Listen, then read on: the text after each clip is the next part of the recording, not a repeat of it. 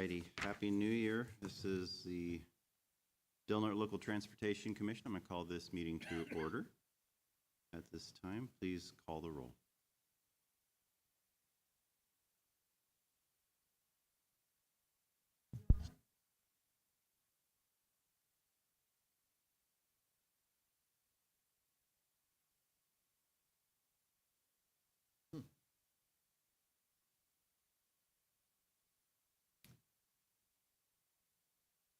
They cannot hear online. Oh, they can't. Can you hear us? Hello? I can hear you. Okay. We can hear Tasha. All right.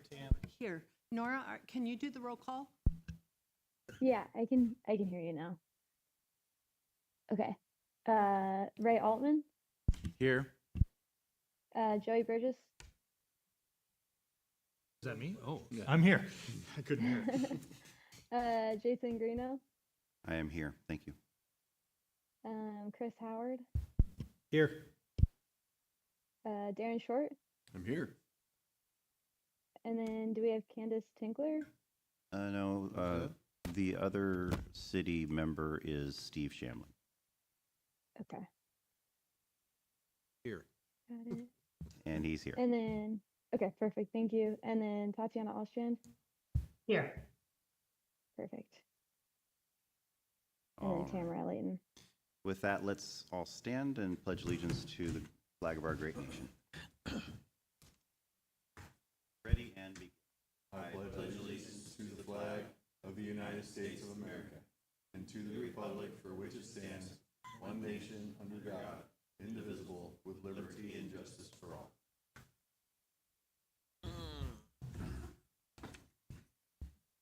All right, at this time, we will be opening our public comment period. Anyone wishing to make public comments regarding matters either on or off the agenda and within the Commission's jurisdiction may do so at this time. However, the Commission is not permitted to act on non-agendized items. Is there any public comment at this time?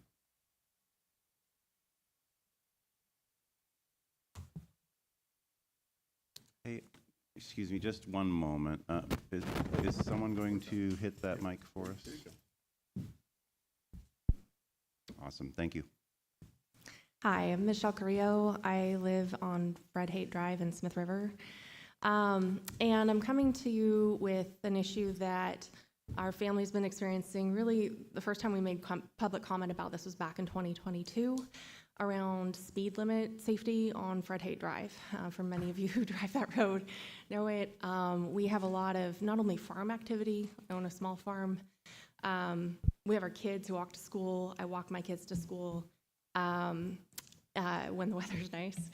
And seeing how fast people drive on that road, the issue is we have a speed corridor that goes from 25 when you're in the town of Smith River and then goes to 45 and then crosses the 2-lane narrow bridge on Pearl Height. That Pearl Height bridge crosses Rowdy Creek. And then after that, at the boat ramp, goes up to 50. And so what we experience with our house being right by the bridge is people accelerate coming over that bridge at extremely high speeds. And sadly, last night we lost our farm dog who got hit in front of my children. It was a hit and run. And the speed limits are still the same. We've talked to officers, we let them know. Every time we see people racing, we're trying to turn. Every time I try to turn into my driveway, I have to turn on my turn signal like 300 feet earlier than you usually do, and I slow way down so that I don't get rear-ended. And that's every day we deal with that. So that's a concern we wanted to make sure was on the record. We would love to see, from what I understand on the speed changes, is that this is in your jurisdiction and a county can make some changes. There's a new, I think a new law in the books. It's like AB 24, or is it 43? AB 43. My daughter's been doing some research on this.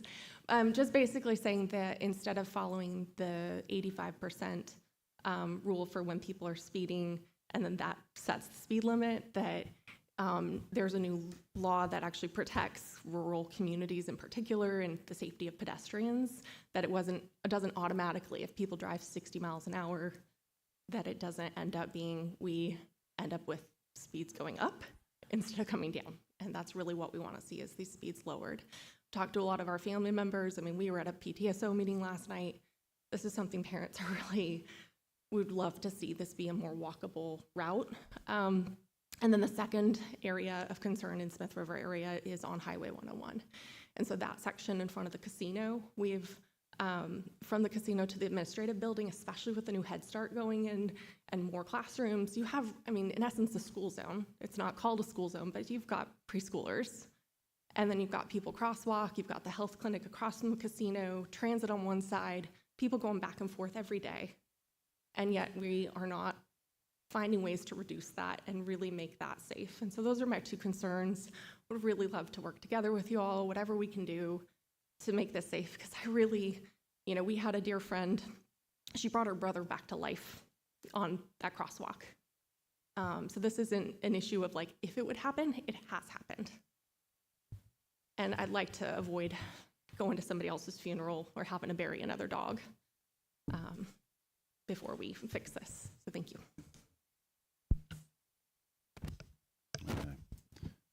I'd like to give you our condolences for the loss of your pet. And hopefully we can get something accomplished. Mr. Chairman, through the chair, if I could briefly address Ms. Carrillo's Absolutely. discussion. This has been an ongoing issue on Fred Hay Drive for as long as I can remember, including the area in front of Highway 101 and Lucky 7 Casino. We obviously made an incredible amount of traction this year with Assemblyman Rogers' bill, AB 1014, and the passage of that bill, which we will be able to start, hopefully, once Caltrans's legal team gets a hold of this, be able to make some progress on speed limit changes, specifically on state highways. How that impacts county roads and that 85th percentile piece, I'm not clear on. And we'd have to, I would like to run that by county council besides Commissioner Layton doing some of her research. But this is the first ability that we've had in rural California to actually make some traction on changing behavior through enforcement. And so I'll leave it at that until we can find out some more details. But got to thank Assemblyman Rogers for his great work and effort after 15 plus years of this kind of information. Sorry for your loss. If I could jump in, there's also some additional, just to let you know, and we'll talk directly later, but the Tallawahdaney Nation has done some really good work in planning work for pedestrian safety on 101 in that area.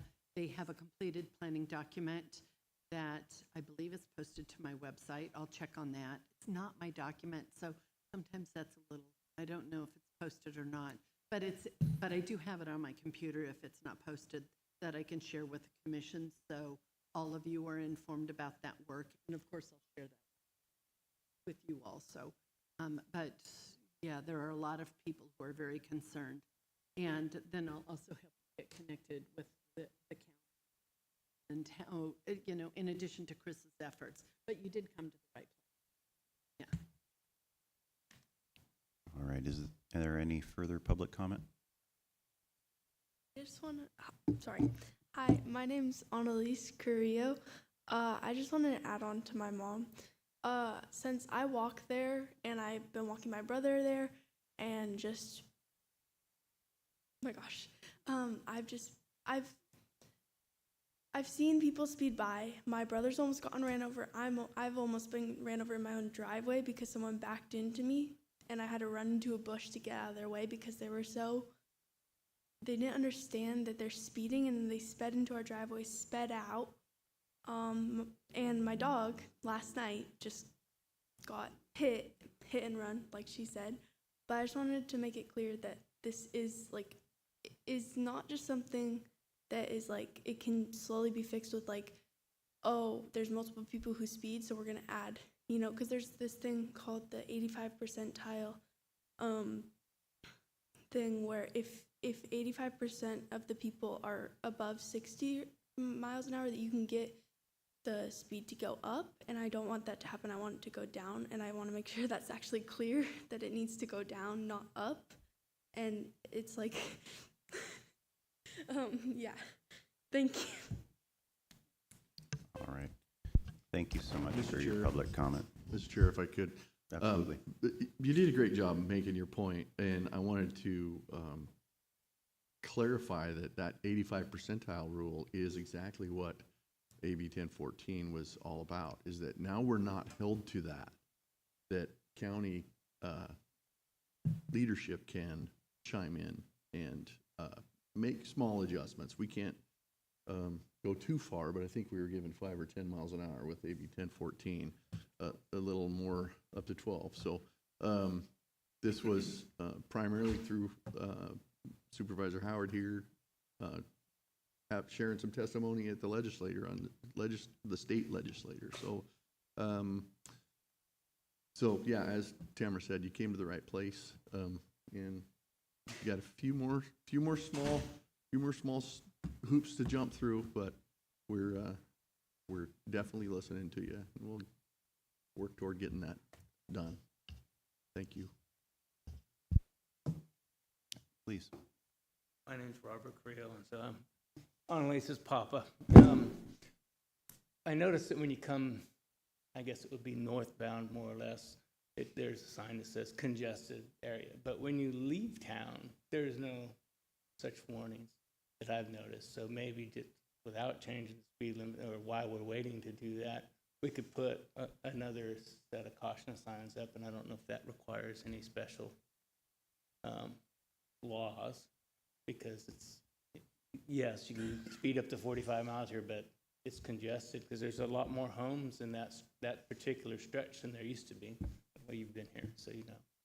So I was just wondering if maybe you guys could consider putting up more caution signs.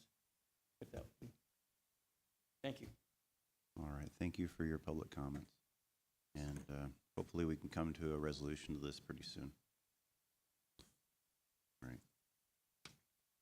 With that, we'll move on to adjourn as to the Policy Advisory Committee, and we'll look into our consent calendar at this time.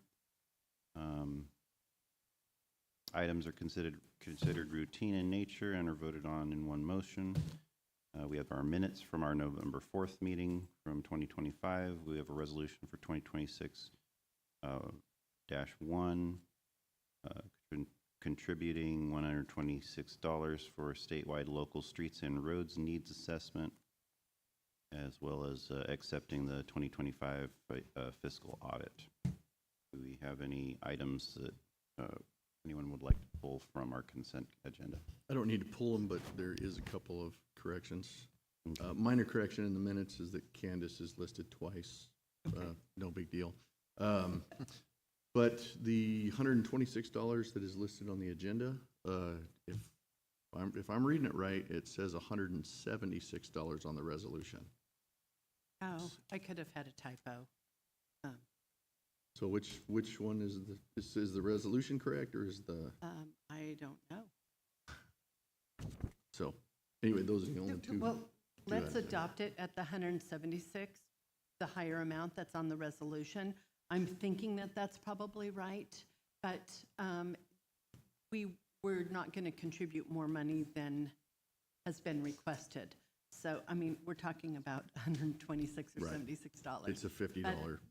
Yeah. I mean, it's such a nominal amount. Sure. So I'll take a look at that and figure that out, but yeah. So, Mr. Chairman, I'll move we adopt the consent calendar with the correction to the minutes and the $176 number on the resolution. All right, we have a motion. I'll Do we have a second that. second? All right, thank you. Any public comment on our consent agenda?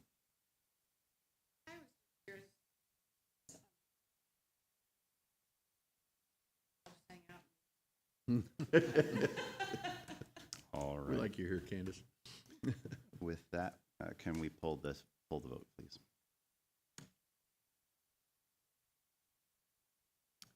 Nora, can you pull the vote? Yes. Commissioner Altman, Yes. Commissioner Burgess, Yes. Commissioner Greeno, Yes. Commissioner Howard, Yes. Yes. Commissioner Short, Yes. and Commissioner Shamlin. Yes. All right, thank you. Moving on with our policy and administrative section of our agenda. Item D, 2026 through 2027 overall work program.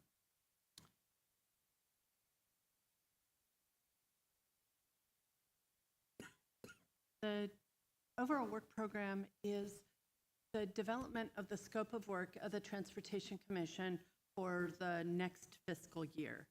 And we are at the very beginning, well, somewhat the beginning of working out the work of the commission beginning July 1, 2026.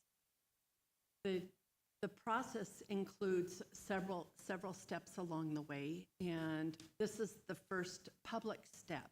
So we've had several conversations with the Technical Advisory Committee members, other agencies within the Del Norte region about the needs. We have a shorter list now, but a list of ongoing planning documents, things to consider when we're putting together the overall work program, which we continue to reflect back on.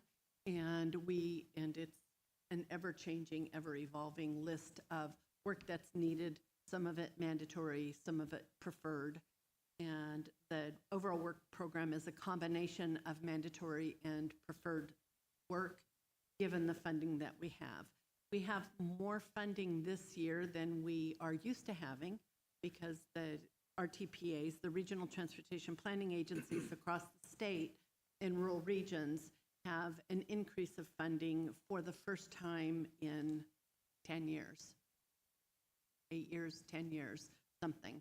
And I don't know anybody who's really operating on a budget that they had 10 years ago. So our buying power for information and documents has declined over time, and we started to get really in a pinch about even maintaining the basics that we have. We generally can't apply for grants, be successful at applying for grants for some of the common work that we do. It's expected that we do within the budget that we have. Last year, in 2024, we adopted a 2024 Regional Transportation Plan that was what I called a Regional Transportation Plan Light. We didn't add any new projects. We didn't do the environmental phase of the document, not a project phase, but the document, because we didn't add any new projects. And we did all of that because we didn't have enough money to move forward in the full comprehensive way. So with the additional funding that we have, we are going to be doing a full regional transportation plan update.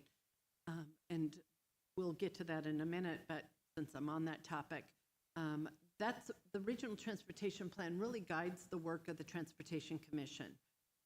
The goals and objectives of the region are in that document, and everything that we work on is in that document somewhere. And in fact, we can't fund, the Transportation Commission cannot fund projects that are not in the regional transportation plan. And in many cases, not most cases, the city and county, other jurisdictions cannot apply for funding for a project that is not in the regional transportation plan. So it's an important document to make sure that on the highest level, the projects are publicly vetted and we're truly working on our higher priority projects and not just going all nilly-willy on whatever. So that's the guiding document for the Del Norte Local Transportation Commission. And looking at this spreadsheet that's in here, this is a detailed spreadsheet that really is a guide for me to what are we going to include. I would say the overall work program right now is probably 90% done with all of the language, but I get to this point and I need to stop and do a check-in and say, okay, are we on the right track? The TAC says today, we met today at noon, they say, yes, we're on the right track. They had a recommendation to move this forward. That's not in the agenda packet because we just met at noon today, so it couldn't be.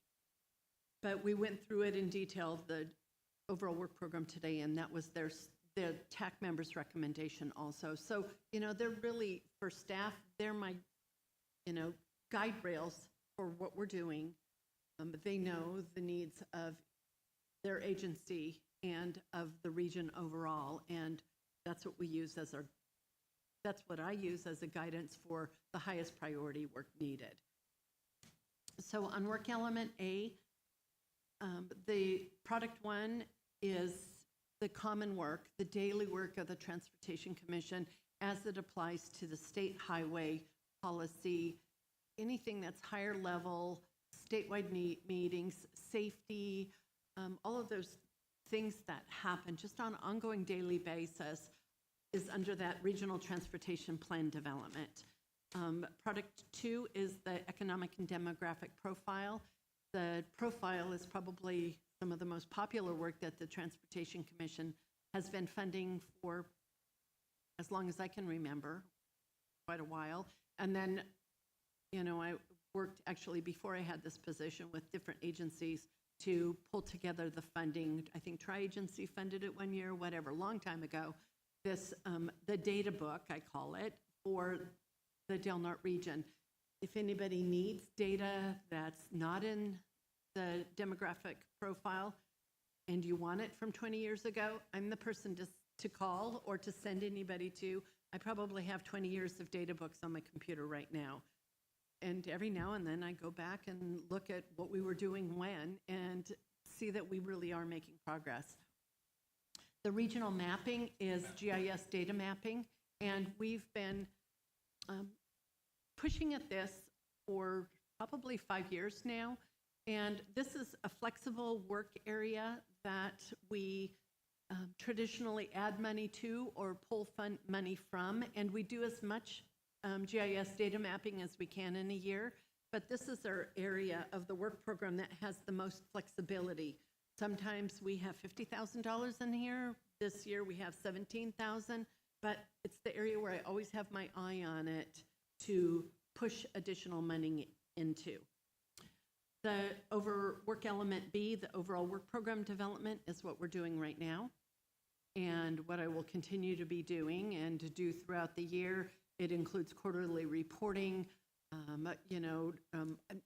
monitoring it, requesting, posting RFPs for different areas of work, keeping together the overall work program as a unit, and all of the reporting that's contained in there.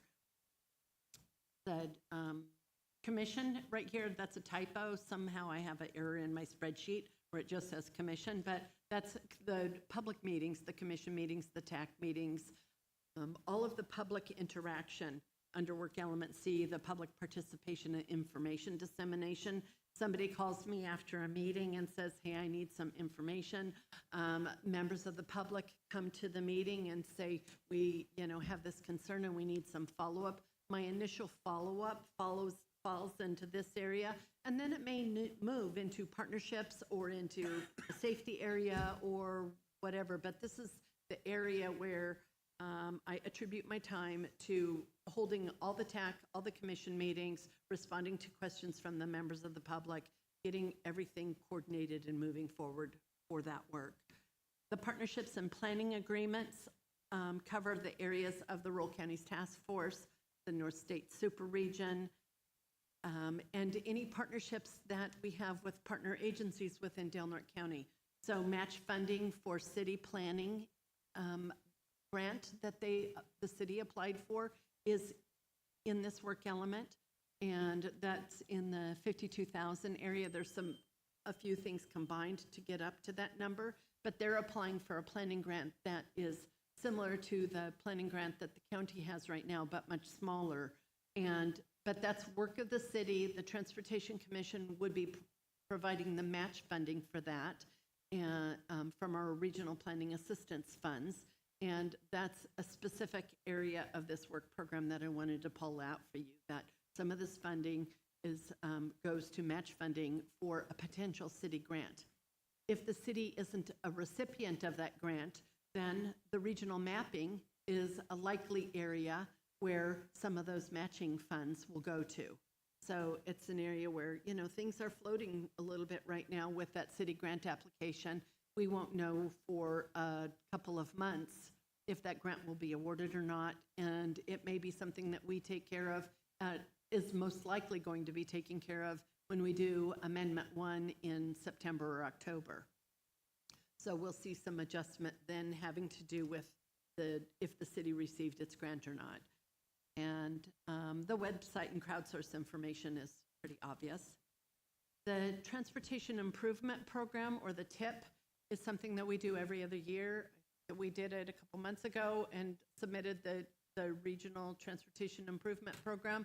It's the area where we program our State Transportation Improvement Program, or STIP, dollars. It also includes monitoring on STIP-funded projects, and the planning, programming, and monitoring funding that we have in the overall work program is STIP PPM, State Transportation Improvement Program, planning, programming, and monitoring funding. And it's about $30,000 a year is what we have in there. It's set by formula, and it's state funding. But the area where we monitor and program that funding or get that funding approved, budget, I don't know, programming is an odd transportation word that we use. But that happens in Work Element D. Work Element E is all of the Transportation Development Act administration and fiscal management. The TDA, Transportation Development Act, is essentially transit funding. So that includes our audits, our triennial performance audits, the transit audit, in addition to the Transportation Commission annual audit. It includes all of the maintenance of the Transportation Development Act funding, the moving the money. The money moves through the Transportation Commission to Rebel Coast Transit Authority for the Transportation Development Act funding. There are a lot of resolutions, there are a lot of requirements, there's additional funding that transit applies for, where I'll be bringing a resolution to you to approve their list. Kind of awkward, but it's the way that it works. The reason why the decisions come to the Transportation Commission and not just directly to transit or Rebel Coast Transit Authority is because there are so many communities that have more than one transit. We have Rebel Coast Transit Authority, and that's it. So for our purposes, it's pretty much a pass-through, but the process isn't changed because we only have one transit agency. So the reason why it comes through us is because we don't have competing transit agencies where there's truly a decision to make. We have Rebel Coast Transit Authority as the only eligible recipient for this funding. We do have the Yurok Tribal Transit. You know, there are other efforts that for the community, but not in relation to this funding, and not something that is under the jurisdiction of the Transportation. And the Service Authority for Freeway Emergencies or SAFE is the call box system throughout the community. And we have, the call boxes are pretty much a challenge right now. I will probably be developing an annual report. I think that my data goes through December. So within the next couple of months, I'll put together my annual report. We'll see where we are on data. And the service for the SAFE system used to come through an agency called Case Systems. Now it's through Nightscope. And Nightscope bought out the service contracts of sorts of the Case Systems. Nightscope is the only service provider for call boxes in California. We don't have options, and not having options and having a new provider is causing challenges all across the state.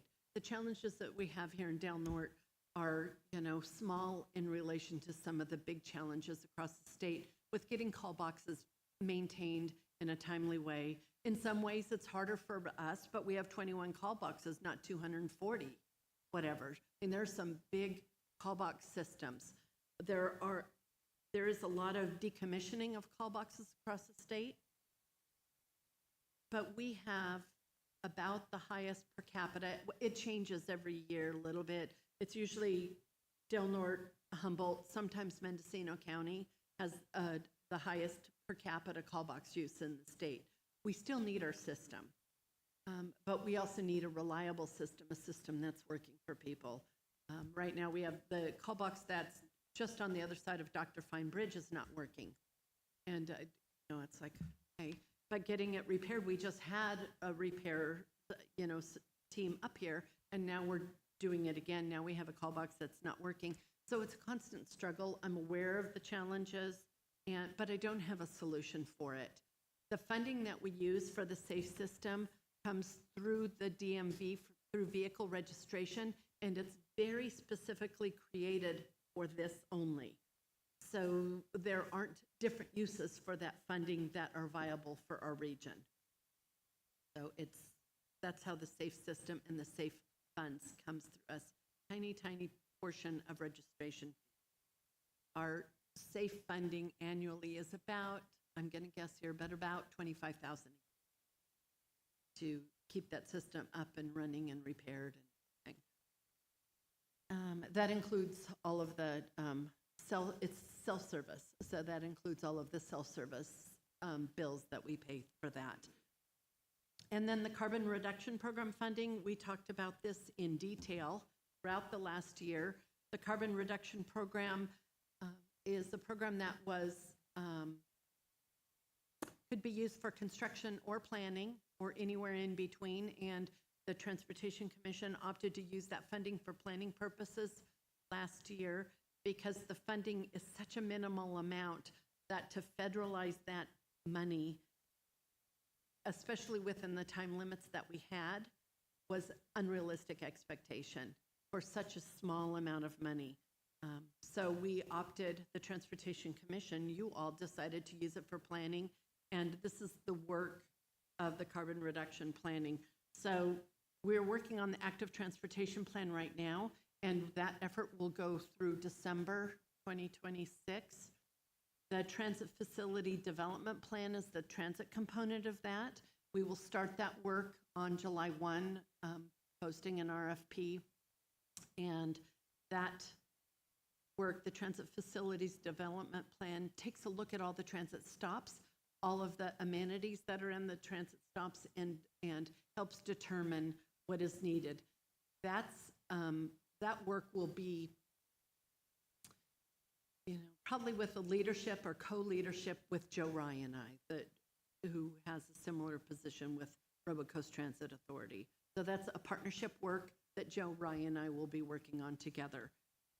And then the ZEV infrastructure plan update, the zero emission vehicle infrastructure plan update. This is a minor update.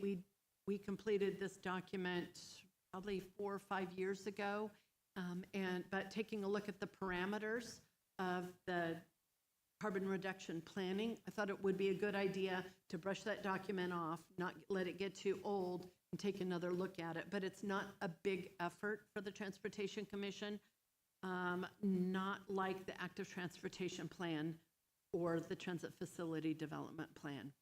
So that's the detail of the carbon reduction planning that we're doing. And then we will be starting the 2028 Regional Transportation Plan update. And we just finished the 2024, feels like. But we're going to do the 2028 in 2 cycles. We'll start it on July 1 and finish it by June 30th, 2028. That leaves us a 6-month buffer that I hope not to be needed if we need an additional 6 months to have that document done and approved. We've always been on the edge of that deadline, and I'd like to pull it back since we have the funding now that I talked about a few minutes ago, that we have a little bit more funding, so that'll be a complete update. This document can be updated every 4 or 5 years for us, but we're on a 4-year cycle, and this is a decision that we made, 10, 12, 14 years ago. And this 4-year cycle syncs with the 8-year cycle that both the city and county have for housing elements. They have to have it in sync with the Transportation Commission's Regional Transportation Plan. So we're on a 4-year cycle with this to meet the needs of the city and county. And so it's important for us to keep up with that and to maintain our eligibility for funding. I mean, if we were a month late, nobody's going to, throw us under the bus or put me in RTPA jail or whatever. But they do need to know that we're working on it, that we know that we need to produce it. I mean, there have been RTPAs who have been 3-4 years late on their RTP. They were in trouble. I just, we like to do things in a timely way, and we're going to keep on the schedule with this by bringing it back, putting it on a 2 years on, 2 years off, 2 years on, 2 years off cycle. It will help with the budget constraints that we have, not all in 1 year, and it'll help keep us on the schedule that the city and county need. Right. Thank you for your presentation. Does anyone on the commission have any questions or comments on the overall work program?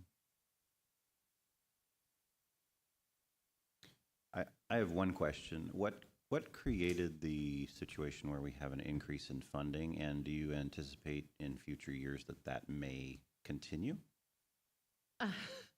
What created that? The Rural Counties Task Force continuing to press on the state that we cannot keep up. And when we cannot keep up with planning, we cannot compete for construction. The planning is where everything starts. And so if we are shorted planning dollars in relation to the urban areas that are called metropolitan planning organizations, their funding comes to them in a very different way. And they have annual increases in their funding. Our increase in our funding works very differently. We have state-only funding. They have, I believe, federal-only funding for their planning dollars. So the way the dollars come to rural versus urban regions is very different, but we were continuing to fall behind. And this was probably a 6-7 year effort of the rural counties saying, we cannot continue. And it took, a somewhat bold action of, people like you who said, we're going to do an RTP light because we can't afford to do the full document. And that wasn't a ploy. We couldn't afford to do the full document. I mean, it's like, show me how it will work. And so it was really the Rural Counties Task Force working together to continue to save to Caltrans year over year over year until somebody at their end picked it up and moved it forward. To defend them, it's a complicated process, and there are some rural regions who still, even then, didn't spend their planning dollars, and they did fall behind on their planning efforts. But that wasn't everybody, and it wasn't us. We need those planning dollars to keep up with the planning work so we can keep up with having applications that we need to apply for construction funding. So, yeah, for us, a lot of it is even keeping up with match funding. So, being new here, what is the Rural County Task Force? The Rural Counties Task Force represents 26 rural counties in the state of California who have a structure and receive funding in a similar way to the Transportation Commission. Their board makeup is different given the nature of their organizations. A lot of them are just like the Transportation Commission, where in a rural community they have one incorporated city, their county organization. They have what I call a 3+3 board, 3 city council, 3 county supervisors. Sometimes it's a 2-2-2 group where you have 2 incorporated cities and county supervisors coming in for representation. Different areas have different needs and different situations, but what we have here is pretty common, and it's really determined by the makeup of your county overall and what do you have for incorporated cities. The Humboldt County Association of Governments is very differently structured than the Transportation Commission because they have many more incorporated cities. They also get a lot more money. So it's just a different kind of thing. They are still a regional transportation planning agency and not a metropolitan planning organization, which is an urban area, but they're a little bit on the edge there of rolling into. Shasta, as an example, is a small MPO, Metropolitan Planning Organization. They're one of the reasons why we created the North State Super Region, because there are North State issues that we really need their partnership in and that they need our partnership in. So we created the North State Super Region to bring in the urban communities that are essentially in the north third of the state to be a geographic region and not a region that's established by population. So Rural Counties Task Force is population-based. North State Super Region is geographic-based.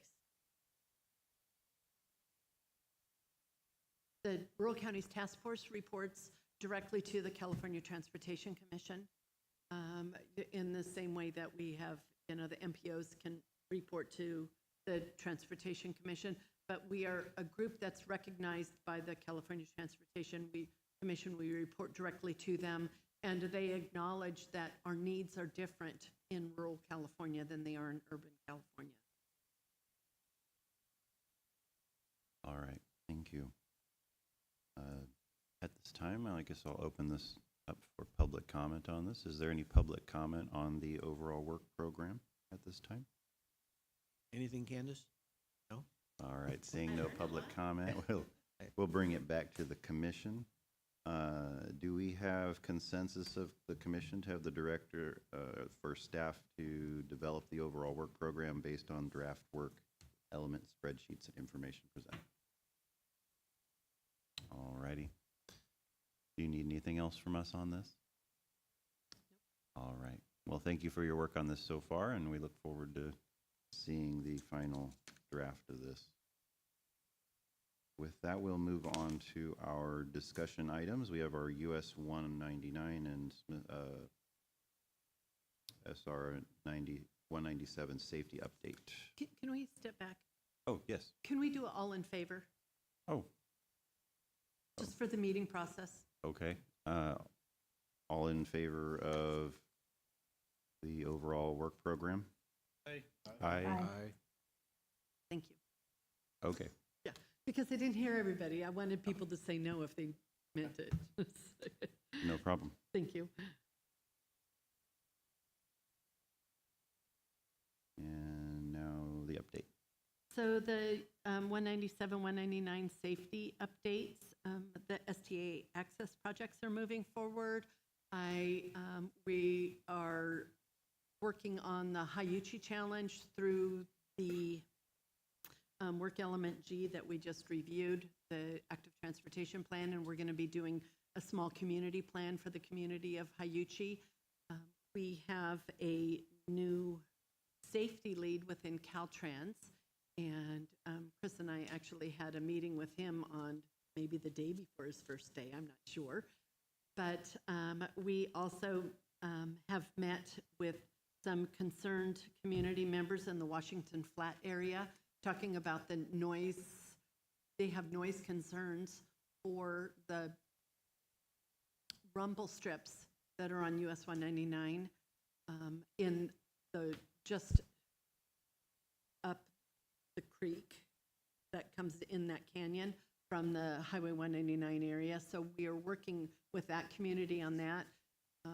I drove up there the other day, and this was so silly because I knew the construction was there, and I just wanted to sit there and see who was driving over. It's like, shoot, it's in the middle of a small construction zone right now. So it's like, okay. Took my dad, we had a little drive about. And I knew that we had talked about it in the meeting, but it's going to be interesting to see, once that construction is done, to just sit there and see, see what happens. Sit there for half an hour on the side of the highway. You can see a lot in half an hour. Not much changes from hour to hour to hour. So, count the cars, how many are over the line, how much noise is it making, that kind of thing. But we are working with Caltrans to come up with a better solution in that area, a better solution than rumble strips. And they are called, colloquially, they're called mumble strips. So the mumble strips have a bigger impact within the car and a lower impact for the community surrounding them. So overall, it's a better solution. And but there are also some other things that we're taking a look at. We're working with Caltrans Safety to come up with solutions for that area. And yeah, so that's what I have right now for safety. There are some community concerns that we had a meeting about for Highway 101 from US 199 to Dr. Pine Bridge. And I'm working with Caltrans Safety to take a look at the data in that area and talk to the folks who have expressed concern about it and see if there are some countermeasures that we can do to increase safety in that area. It doesn't appear that there's a high need per the data, which does not mean that we're not going to do anything. It means that the highway in that area doesn't appear to be have a higher collision rate than the statewide average. But again, it's something that we're looking at, and we're going to do everything we can to make the highway safer in that area also. It's, I mean, the state highway, driving is dangerous. And, and I say that all the time, driving is dangerous. We'll all be getting in our car and leaving, and it's probably going to be the most dangerous thing we do all week, getting in the car and going home. But there are always, I'm hoping that there are things we can do to continually make it safer. And we're working with Caltrans Safety to see if there are some lower level countermeasures, lower level meaning not expensive, not redesigning the highway, countermeasures to make that section of the highway. All right. Is there anything from the commission on this? Questions or comments? Any public comment on this? All right, we'll bring it back to the commission. Move on to our next discussion item, the Caltrans milestones report. Okay, and I think Tasha Alstrand has a presentation about the milestones report. Take it away.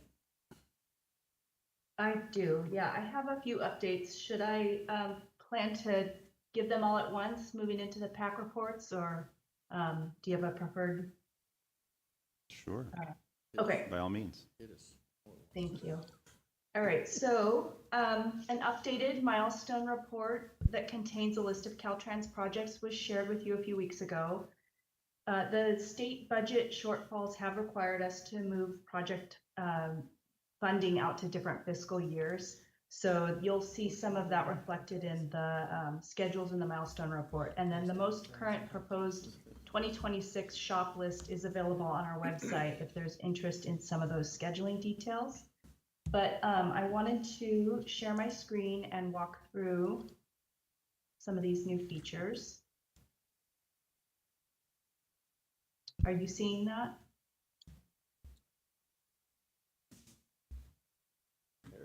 Yes. Okay, thank you. All right, so the report contains the District 1 2028 Project Initiation or PID work plan. So that's this first sheet here.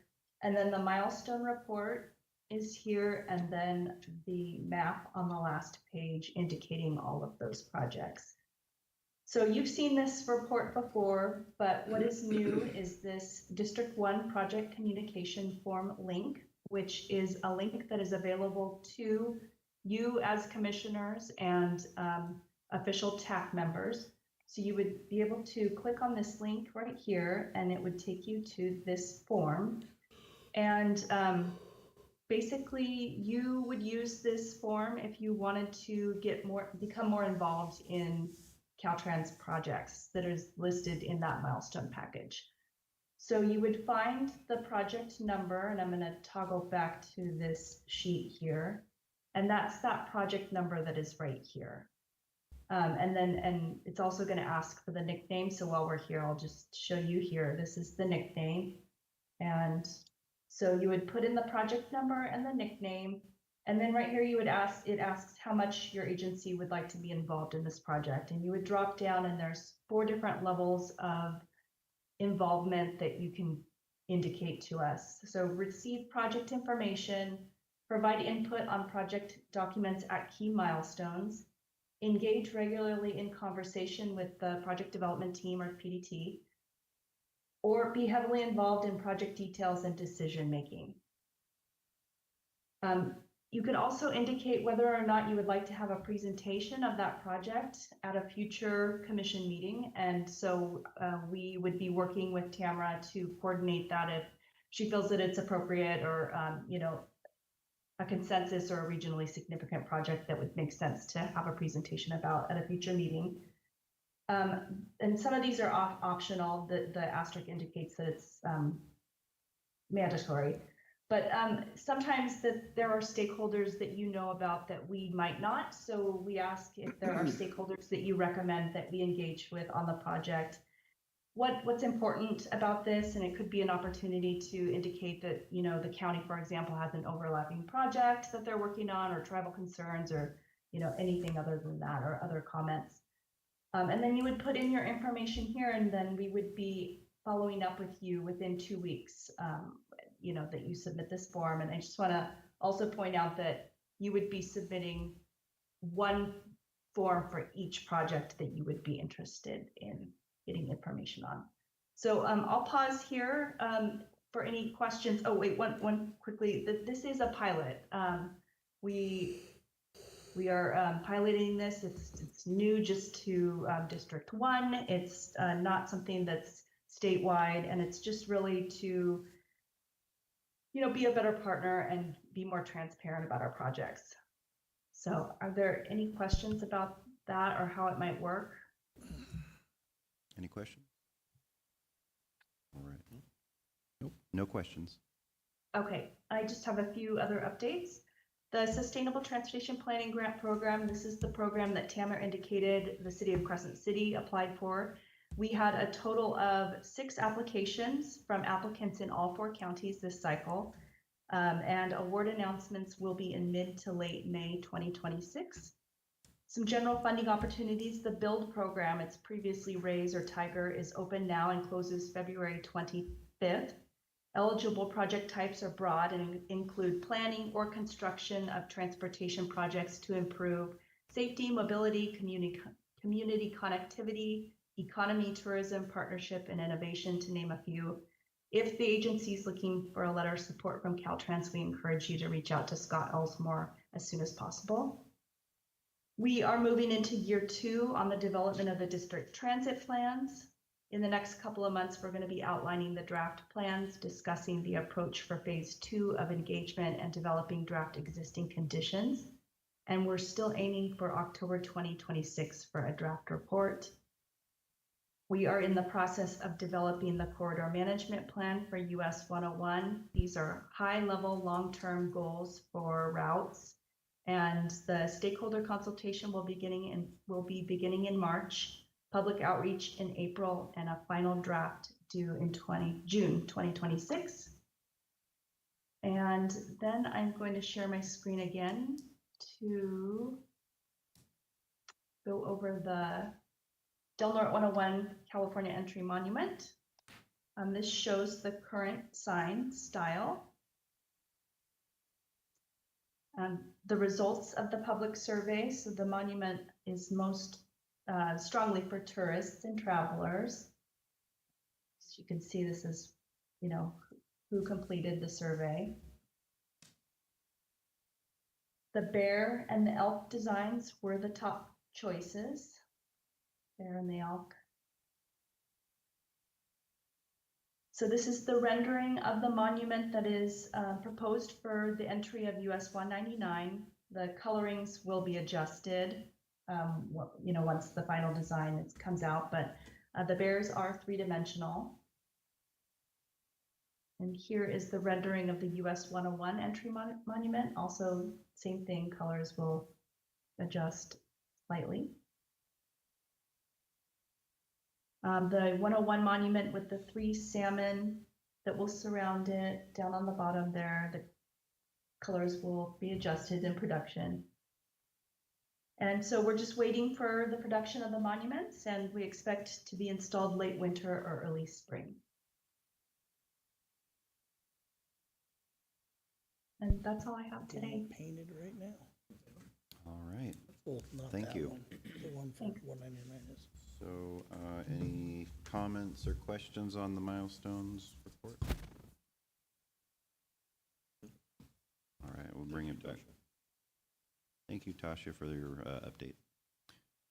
Moving on to the Policy Advisory Committee comments and reports. Do we have any comments or reports from the commission? So I do have one. Do you remember about 2 years ago, a young girl was struck and killed there on Highway 101 at Kristen Lane, kind of by Kings Valley Crossroad. The family had reached out to Supervisor Starkey, wondering if there was anything that could be done safety-wise in that stretch of the road. So Supervisor Starkey called myself and Tamara, and we met and discussed, possible ideas and signage, brushing, just whatever could be an option. But we came to the agreement first we needed the data. And so Tamara was reached out to Caltrans for the collision data. And so my hopes with bringing this up is we can bring that data back as an agenda item, and we can go over the numbers and possibly look at future things that could be done in that stretch between like Dr. Fine and Elk Valley Crossroad. So that was kind of my hopes, and if we could get consensus to get that on the agenda for the next meeting, that would be great. Sure. Do you have that information for us, or do you think you'll be prepared to have that on our next agenda? I will need to communicate with Caltrans Safety and invite them to the meeting, see if we can get the schedule coordinated. If not the next meeting, the one following, but I don't see any reason why we couldn't invite them to the meeting. We shouldn't invite them. Of course we should, to talk about the safety on 101 in this area, talk about potential countermeasures. Having them join in the meeting will give them an opportunity to explain their own data, and they're really knowledgeable. So it also gives you an opportunity to think about detailed questions that you might have about their process and ask them directly. So I think it's a really good idea to bring them back to perhaps the next meeting and the what the results of the data are and what they can do for countermeasures to help make that section more safe. Okay. Do we have consensus of the commission to add that as an agenda item? Yes. All right. Thank you. Looks like we have. And just to add, we'd be happy to come to the meeting and talk about that. So yeah, just let us know. All right. Great. Thank you. Thank you. All right. Any further comments? Yep.